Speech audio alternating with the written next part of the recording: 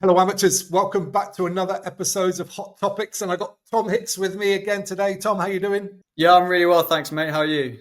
Very, very well. Now, this episode is called In England's Defence, but we're not going to be defending anything. We're just going to be talking about England's defence. And I've had Tom on before to talk about that. So I'll link that video up over Tom's head. This was at the start of this year, and we're analysing what England's defence had been up to that point. So go and check that one out to see where they were. But Tom, just give us a quick recap now of the hammer defence that England had been implementing all of last year, essentially.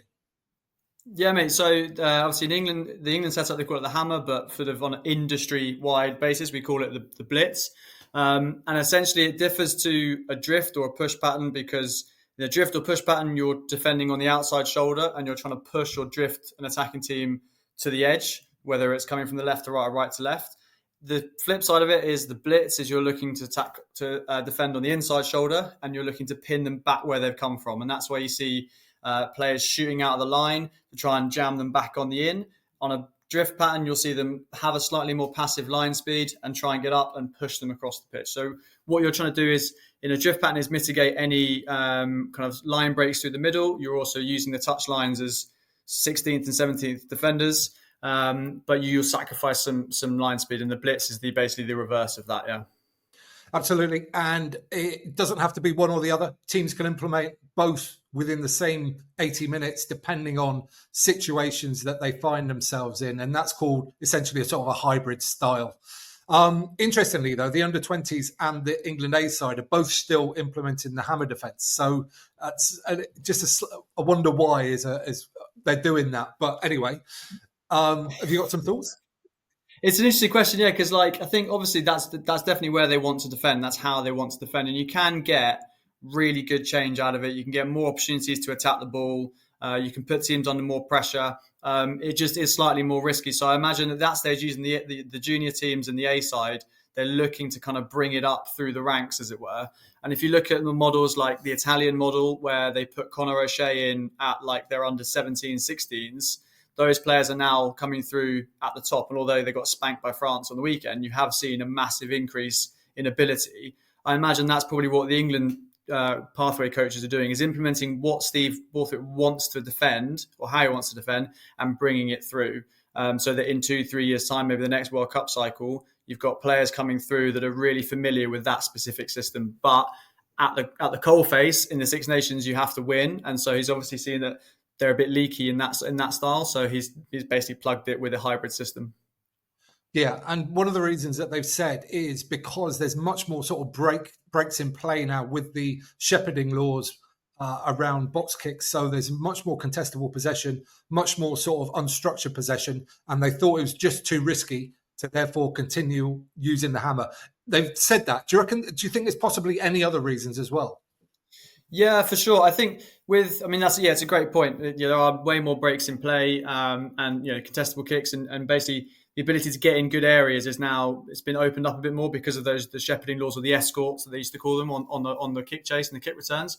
Definitely for me, you would never normally try and blitz from like a midfield ruck, for example, just because it is a bit all or nothing. And so if you do get cut, you get cut quite badly. And it also means that you have to really work hard on the outside of the ball. So it is generally more fatiguing as well. So if they maybe look at the data, some of the heavier lads having to put in 55, 60, 70 minutes, maybe they're having to sub them earlier because they're hitting those thresholds of fatigue because their line speed has to be so much heavier. The collisions are that much more intense as well. So they may be just looking at the player pool in terms of the physicality of it, the tactical nature of it, and just seeing that actually being all or nothing actually probably isn't the best result for us at the moment. Let's try and put a bit of a hybrid system in, because we all know that if I'm defending it and with someone outside me and I'm knackered, if they shoot out the line and leave me hanging, and it's not great. It's not a great feeling, but also it's really bad for the system. So maybe they were seeing players with different fatigue levels who weren't able to sustain an 80-minute blitz, as it were. Yeah, that situation happened to me a lot during my playing days, Tom. Okay, so hybrid style, they are using both sort of ideas within their game plan. And they've had actually some success in some areas, England, early doors. I'm particularly thinking about the first half against Ireland, where they really pushed them back up the pitch multiple times. How are they doing that? Yeah, it's interesting. Yeah, that when it works really well, and that I think is why they're probably not throwing it completely out of the window in terms of an approach they want to take. When it works really well, the way that a blitz defense manifests itself when it's being productive is you see that there's really good competition for the ball. So you make a dominant hit on the inside shoulder, which means I'll drop them in front of you because you've come with me, but I'm in front of you.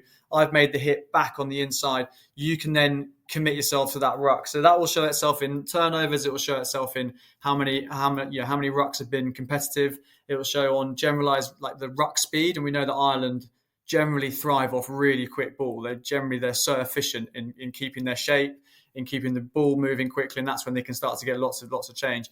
When England competed well at the ruck and they had good back row players and centres doing exactly that, as well as the front five doing it nicely too, when those players were in those good positions and they were making those dominant hits, they were slowing Ireland's ball down and they were on the back foot and they were able to get going forward again and again and again. That's when it works really well. And yeah, like I said, the key things you'll see are players on the inside of the ball being in the right position to then compete off the back of a dominant hit. Right. Okay. So definitely slowing the ball down, which also adds to the next defensive set, essentially. The other thing England were doing in these early games and still now is sort of hiding the weak defenders on the edges, people like Alex Mitchell and Marcus Smith, which showed up very obviously against Ireland. It's particularly the Mitchell one, I think.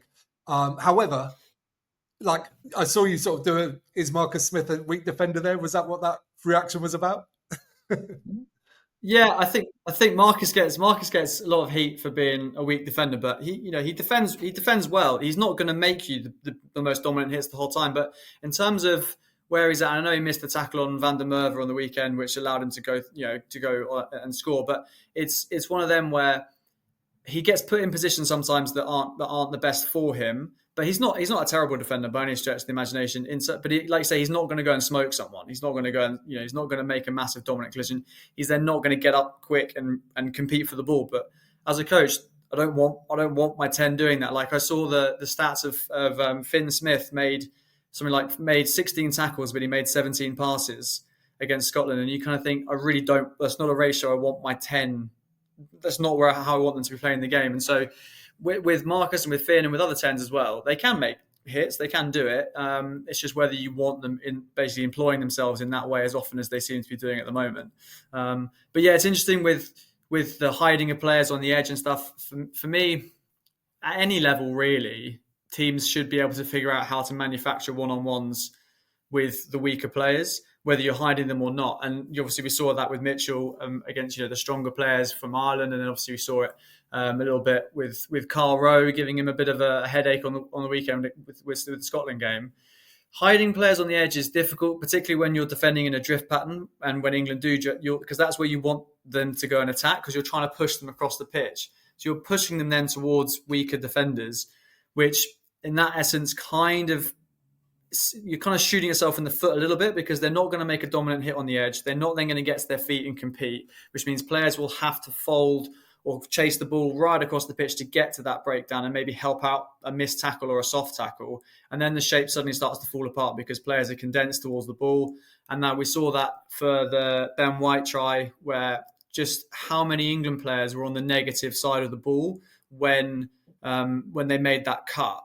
Because one pass out back to Smith just cut out maybe, I think it was probably 10 England players, because they all condensed towards the ball and didn't again spread themselves back out again. So yeah, the whole thing of putting your 9 or a weaker defender on the edge is interesting to me, because, and also if you make a turnover, I mean, that's what you want to do in defence. You want the ball back. You want to get your hands on it. So if you do make a turnover or you win a penalty and you might want to go quick, your 9 is then 30, 40 yards away from the ball. So you're almost showing your hand in the sense of, if you do get a penalty, you're not going to go quick because players aren't really there to do it. You're then in a situation where your decision makers are far away from each other. The 10 and 9 and 15 axis aren't really talking to each other, because one's by the ball, one's on the far edge, one's in the backfield. So that the speed at which you can communicate a plan and put a plan together is jeopardized. So yeah, I take umbrage with putting players on the edge for the sake of I mean, they'll have a reason. I haven't quite figured out what the reason is yet. I mean, I've looked at it, but yeah, I can't get my head around it really. Yeah, I guess with England preferring to resort to set piece and slowing the ball down, which is what we're seeing at the moment. The factors you've just spoken about probably aren't affecting their decision making in that respect, are they? They're probably, if they do get a penalty, they'll want to kick the line, go to a line out, and play from there. So Yeah. I think it's a fair point, but I don't think it's what England are concerned about right now. Not at all, no. But I think it's something they could get concerned about. I know might come on to it in a minute, but for that Ben White try, if you look at the players that are tracking back, what on the highlight reel they did the sort of spider cam footage, you can really get a good insight into what the shape does to you. England in that situation were defending in a 13-2 style system, so they had two players in the backfield. And it was sort of Slade who was dropped back and Smith as well. And then you had Mitchell on the far edge, the opposite edge to where then the line break came from. And the players that were tracking back, normally you would see your 9 being the first person to make a covering tackle. That's why like DuPont's so good at it, Faf de Klerk really good at it. Even Aaron Smith back in the day wouldn't make a dominant hit, but he would usually be there to, if they made a cut on the edge, the ball back on the inside, generally speaking, you'd see the 9 making that covering tackle. But because Smith was 40 yards away on the far edge, the players that were closest to Ben White, who's a quick player, were the tight 5, like who aren't going to make that hit. They're not going to have the speed to be able to make the covering tackle. And so, again, just putting him on the far edge, again, for me, was a really odd decision to do because, if you had a speedier, a quicker player in that environment, like your 9, probably could have made a hit on Ben White and maybe would have brought him down on the 5. He'd still be in trouble, but you won't concede straight away. Yeah, absolutely. Okay, so what we're seeing here with England, it seems like they're very easy to get cut out wide. But I think one of the foundation points of this is actually that they're having problems folding correctly. And folding, for listeners, that's when you're sort of changing sides from one side of the ruck to the other. And I've seen this consistently, and it happened here, really. England didn't get enough players round to what is the open side of the ruck quickly enough. Why do you think that is? Because I think it's been a quite consistent theme through the Six Nations. Yeah, massively. I think in the France game, it was like minute 4 and then minute 8. They made a cut on the left and then a cut on the right. And both were for the exact same reason. So really interesting thing to do if guys who are watching this, if you watch the games back or you watch the games that are coming up, if we make a cut, if we concede a cut or a line break, just look at the preceding 1 or 2 rucks and see if we've actually competed at it. And particularly for the 2 French ones, we didn't compete in a midfield ruck once, then twice. And that meant that ruck speed was like 1.8 seconds and 2.1 seconds. Teams like France, who don't really have an attacking shape, they will just pick you off. If you don't fold and you've got loads of players on the negative side of the ball and you give them 2-second ruck speed because you're not competing at the ruck, you're going to get cut on the edge really easily. And you then see players isolated on the edge. And it happened to Freeman against Scotland. It happened to him against France as well. When it's quick ruck speed and you've got players stuck on the negative side of the ball, you have to make a decision as a defender, and we are making bad decisions, but it's basically coming because of lack of competition at the ruck, slowing it down, competing at the ruck, making the French or the Scots have to slow, wait, and then maybe play off 9, which is easy to defend against. But if you don't compete and you give them an edge, teams like France and Scotland off 2-second ruck times 2, they'll cut you. And that for me is why we're not folding quick enough. We're not giving ourselves time to fold quickly enough because we're just not competing well. Yeah, absolutely. And we've mentioned it a few times already, but this Ben White try kind of encapsulates everything that we've spoken about. So initially they haven't folded quickly enough to get round the corner. The ruck speed was fast. And then you've got 3 players, Earl, Lawrence and Freeman, who are all essentially doing different things. And that allows Scotland the time and the space, and they pick it off superbly. So talk me through what those 3 players did and how it could have been fixed for England. Yeah, so I always, as a coach, you always want to look at system errors over individual errors. And then if you have individual errors, you have to look at what caused it. And it inevitably will come back to it being a system or a call. Players do make wrong decisions, but the system needs to be there as a safety net to protect them. In this scenario here, like I said, we didn't really compete at the ruck. They obviously played off 9. They got to an edge. Mitchell was involved in that breakdown on the far edge. They then played off 9, which a lot of teams do, play off 9 off an edge. And then within one pass from Ben White, then out to Finn Russell on the second ruck, they cut out, like I said at the beginning, like 10 England players just from one pass. And then suddenly it's a 4-on-3, 5-on-3. and with good players, Van der Merwe and Russell being the two, being the main two. You're then in a situation where Earl probably identifies this, but for me, Lawrence and Freeman have to be then shouting at him that we've got numbers are down. Inevitably, when your numbers are down, you go to a drift pattern because it's the safest bet. You then use your extra defender as the touchline because eventually the Scots will run out of road. If you do just push them across and you're a bit passive, get your shape back, and then you can go again off the far edge. Earl doesn't do that. He shoots out the line, doesn't make a hit, so he allows that player to then track the ball again. So if you are going to shoot, make a hit. Even if you miss the ball, take that player out of the game. Do something it's going to maybe, if we then make the tackle on the edge, that player then obviously can't ruck over, and it's just little tweaks you can make. But Earl shoots. Suddenly, then he's spent. It's then suddenly a 4-on-2, and it's Lawrence and Freeman. Lawrence seems to me to be going into a push pattern because his line speed wasn't aggressive. Freeman shoots as well as Earl, so you've got player on the outside, player on the far side shooting out. They're then ahead of the man in the middle. Freeman obviously recognises this, puts the brakes on. But if you look at him, if you pause it and look at where his hips are, he's facing the other touchline. He's completely turned in, which is classic behaviour of a blitz defence because that's what you'll do. You're going to try and push them back where they've come from.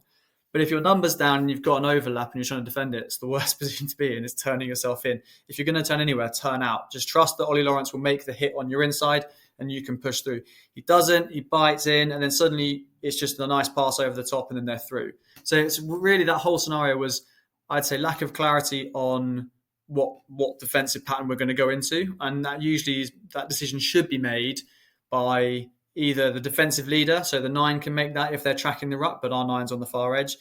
Smith and Slade are way back. They're not going to be able to make the call. So it's down to Freeman and Lawrence to basically feed the communications inwards and say, look, we're up shit creek without a paddle here. We've got players folding round. We need to go to a drift. They don't. Earl shoots, doesn't make an impact. Lawrence does his job, but Freeman turns in and they've made the cut. And then they're through. And we obviously see what happens then with Mitchell not being able to track across. Ben White on that really classic tracking 9 line. He's then, he's racing against our tight 5. He's always going to win, and that's where it came from. So for me, root cause of the situation was we didn't compete at the ruck. We had too many players on the negative side of the ball, and then players making decisions that aren't in line with best practice in that scenario. Yeah, absolutely. And listeners, we've picked out this example of one try that England have conceded, but some of these things are fairly consistent across England's defensive patterns. Like we say, sometimes they've got it right, but they've been inconsistent with their application. Yeah, what we'd love to hear, guys. Sorry, mate. I'm just thinking, and obviously it's easy to bag England, it's easy to kind of go for them, but as a coach, when if you're coaching the defence and it's a drift pattern, you say to your players, okay, the worst case scenario is if we do get cut, we get cut on the edge. That's where we're going to push them. So if we do get cut, that's fine. We cut on the edge. And realistically, what I say to my team as well is, if you do get cut on the edge, but you've defended well, chances are, if you do concede, you're conceding in the corner. And if you look at the England-Scotland game, obviously we win by 1 point. Russell missed 3 kicks because none of the tries were under the posts. The White one, probably he should have got that conversion, probably for the Ben White try. But, for the Van der Merwe try, the final one, they're inside the 15. They're outside the 15. Sorry, they're edge concessions, and that then turns a 7-point score into a 5-point score because it stresses the kicker. And ultimately, that's what won England the game, was that the conversions that they had the opportunity to take were from not ideal positions. And so you win by 1 point. So the system works, sort of, but I would say there's still things that we could do to mitigate a lot of the threats. Yeah, that's a really good point, actually, because England are definitely working hard. There's no question about that. I think it was Freeman who pushed Duhan van der Merwe all the way to the corner for that final try, and he had to work really hard to do that in the last minute of the game. So, they'll be frustrated with the sort of system errors, but there's no lack of effort in this. And the